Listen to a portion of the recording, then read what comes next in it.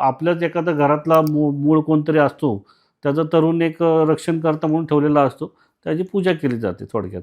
आणि त्याला एक आपण कोंबड्याचं आम्ही एक हे करतो, बरं, नैवेद्य वगैरे नैवेद्य दाखवतो आणि त्याला देव्हारामध्येच त्याचं पूजन केलं जातं. बरं. असं आहे. आणि दुसरं एक राखणदार असतो, तुमचे जे शेतजमीन असते, त्या शेतजमिनीला आमचं एक राखणदार ठेवला असतो. तोही घरातलाच असतो. बरं. म्हणजे कुणाचा वडील, कुणाचा पणजोबा, कुणाचा हे म्हणजे आधीच्या पिढीचा कोणतरी त्याला स्मरून तिथं बाबा एक दगडाच्या रूपाने ठेवलं जातं आणि त्याची पूजा केली जाते. आणि त्याला एक नारळ, त्याचं पक्षी एक दिला जातो, की त्याचं एक अर्पण केलं जातं. पक्षी म्हणजेच एक हे कोंबडा दिला जातो आणि ते त्याला अर्पण करतो त्याच वेळेस, जो की बाबा आमच्या जागेचं रक्षण कर.